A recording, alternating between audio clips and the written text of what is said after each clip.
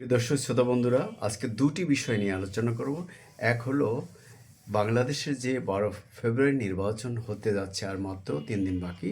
এই নির্বাচনে যেহেতু আওয়ামী লীগ এই নির্বাচনে কোনো প্রতীক নিয়ে নির্বাচন করতে পারছে না, অর্থাৎ আওয়ামী লীগ কার্যক্রম মূলত নিষিদ্ধ, অর্থাৎ ফেসিবাদী আচরণের কারণে আন্দোলনের ফলে অনেক রক্তের বিনিময়ে গত বছর আওয়ামী লীগ যে ক্ষমতাচ্যুত ক্ষমতাচ্যুত হলে এবং ভারতে পালিয়ে গেলেন শেখ হাসিনা, তার নেতাকর্মীরা অনেকে জেলে, অনেকে মামলা মোকাবেলা করে খুব খারাপ অবস্থায় রয়েছেন। যদিও শেখ হাসিনা সহ কয়েকজন নেতা ইতিমধ্যে আওয়ামী লীগ যাতে ভোট না দেয়, ভোট কেন্দ্রে না যায়, সে চিন্তা করছেন, কিংবা তারা ভোটটাকে বানচাল করার চেষ্টা করছেন।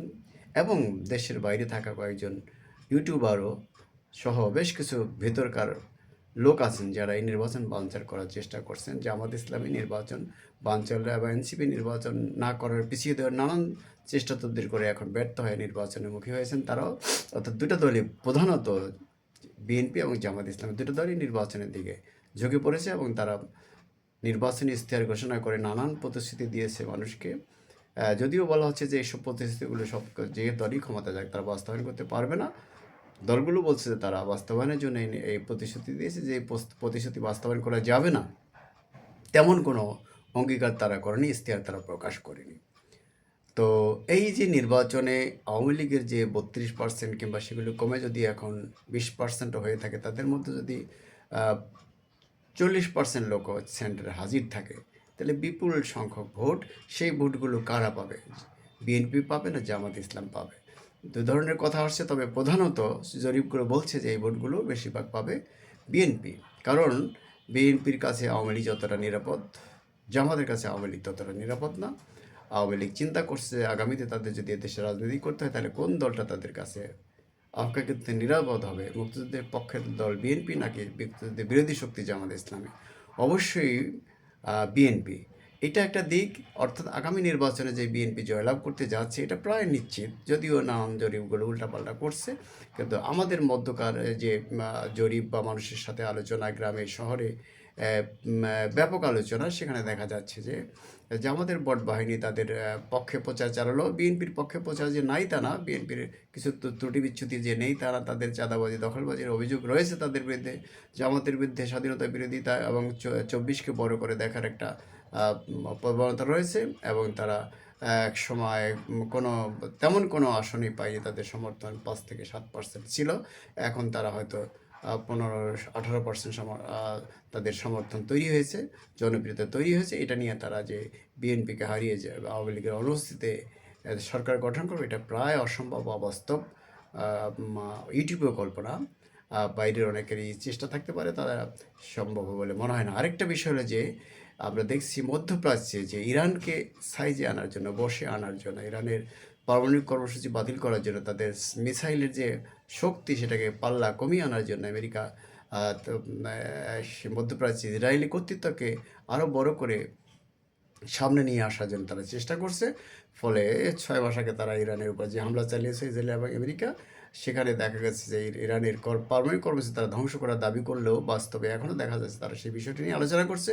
অর্থাৎ তারা যে ধ্বংস করতে পারেনি, মিথ্যাচার করেছিল, সেটি প্রমাণিত হয়, এবং ইরানকে দমন করতে পারেনি। ইরানের ভিতরেও বিক্ষোভ উস্কে দিচ্ছে, এবং ইরানের ভেতরকার বিক্ষোভ, বাইরের সামরিক শক্তি, মার্কিন নৌবহরের উপসাগরে টহল সহ নানান ট্রাম্পের নানা হুমকি, কোনো কিছুই আসলে ইরানকে টলাতে পারছে না। তারা দৃঢ়ভাবে বলছে তাদের মিসাইল কর্মসূচি তারা ছোট করবে না বা বাতিল করবে না, এবং পারমাণবিক কর্মসূচিও তারা বাতিল করবে না। তবে তারা বলছে বারবারই তারা পারমাণবিক কর্মসূচিটা তাদের শান্তিপূর্ণ, এটা পারমাণবিক অস্ত্র তৈরি করার জন্য নয়। কিন্তু আমেরিকা বা ইসরায়েলের ভয় যে ইরানের এই পারমাণবিক কর্মসূচি তাদের জন্য মাথা ব্যথার কারণ হতে পারে, তারা অনেক বা ইউরেনিয়াম সমৃদ্ধ করেছে, সেটাও তারা যাতে ইরান আমেরিকার হাতে তুলে দেয় সে চেষ্টা তারা করছে। কিন্তু ইরান অত্যন্ত কৌশলী আলোচনা করছে, তারা আলোচনা থেকে দূরেও যাচ্ছে না।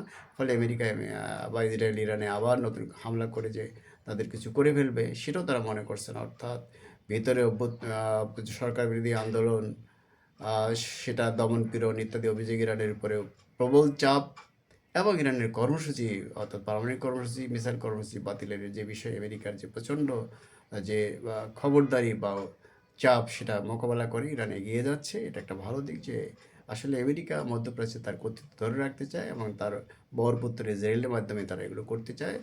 কিন্তু সৌদি আরব, সংযুক্ত আরব আমিরাত, ওমান সহ মধ্যপ্রাচ্যের যে রাষ্ট্রগুলো, তারা সেখানে আমেরিকার অনেক ঘাঁটি আছে, সেগুলো ইরানের মিসাইলের আওতার মধ্যে আছে। ইরান মাঝে মাঝে হুমকি দিয়ে থাকে যে আক্রান্ত হলে সে পাল্টা আক্রমণ করবে। এই রাষ্ট্রগুলো বললাম, যেটা সৌদি আরব, ওমান, কাতার, কুয়েত, এগুলো কিন্তু চায় না যে ইরানের উপরে তাদের মাটি ঘাঁটি ব্যবহার করে হামলা করুক, কারণ তার প্রতিক্রিয়া সম্পর্কে তারা সচেতন। ফলে আমেরিকাও বা ইরানের উপরে হামলার ভয় দেখিয়ে বা ভিতরে জনগণকে খেপিয়ে দিয়ে তারা যে খুব বেশি সুবিধা করতে পারছে সেটা না। ইরানের কষ্ট হচ্ছে, তার অর্থনৈতিক সংকট আছে, অনেক সম্পদ থাকা সত্ত্বেও এটা হলো পশ্চিমা এবং মার্কিন ইসরায়েলি চাপের কারণে তাদের যে নৈতিক গ্রহণযোগ্য এবং ইসরায়েলকে শক্তিশালী করে তোলে, গোটা মধ্যপ্রাচ্যে নিয়ন্ত্রণ করার যে চেষ্টা, সেটা এই মুসলিম শক্তি, ইসলামী শক্তি।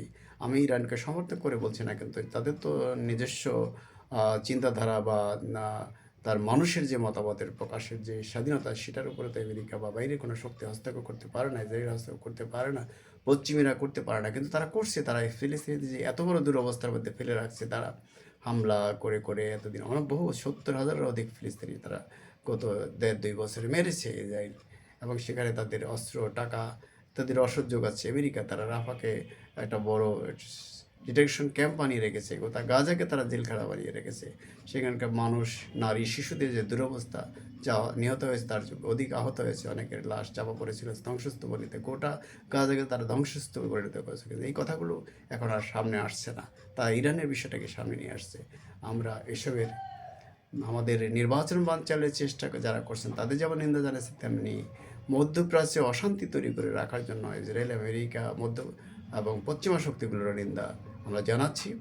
প্রত্যেকটা রাষ্ট্রেরই তাদের নিজস্ব যে চিন্তা চেতনার বাস্তবায়ন এবং এগিয়ে নিয়ে যাওয়ার স্বাধীনতা থাকা উচিত। নরিয়েগা কিংবা মাদুরের মতো কোনো স্বাধীন রাষ্ট্রের রাষ্ট্রপতিকে ধরে নিয়ে আমেরিকার বিচার যদি পারত, এটা ইরানের ক্ষেত্রে তারা করতো, খামানির ক্ষেত্রে তারা করতো, সেটা তারা পারেনি। এবং আমাদের দেশেও সেটা তারা পারবে না। আমেরিকা বা অন্যরা কারো যদি এরকম কোনো চিন্তা ভাবনা থাকে, তাহলে সেটা তাদের বাদ দিতে হবে। আমাদের নিজস্ব চিন্তাধারা, ইরানের নিজস্ব চিন্তাধারা বাস্তবায়নে সেখানে মানুষের, বিশেষ করে জনগণের চিন্তাধারার মূল্য দিতে হবে, মানসিকতার মূল্য দিতে হবে। বন্ধুরা, ডিবেট উইথ রানা এবং নিউ বাংলা টিভির পক্ষ থেকে আপনাদের স্বাগত, শুভেচ্ছা। আশা করি আপনারা ভালো থাকেন। আপনাদের সাথে আমাদের দেখা হবে নতুন কোনো এপিসোড নিয়ে, আবার নতুন কোনো একদিন। ততক্ষণ আমরা সবাই ভালো থাকতে চাই। আল্লাহ হাফেজ। ধন্যবাদ সবাইকে।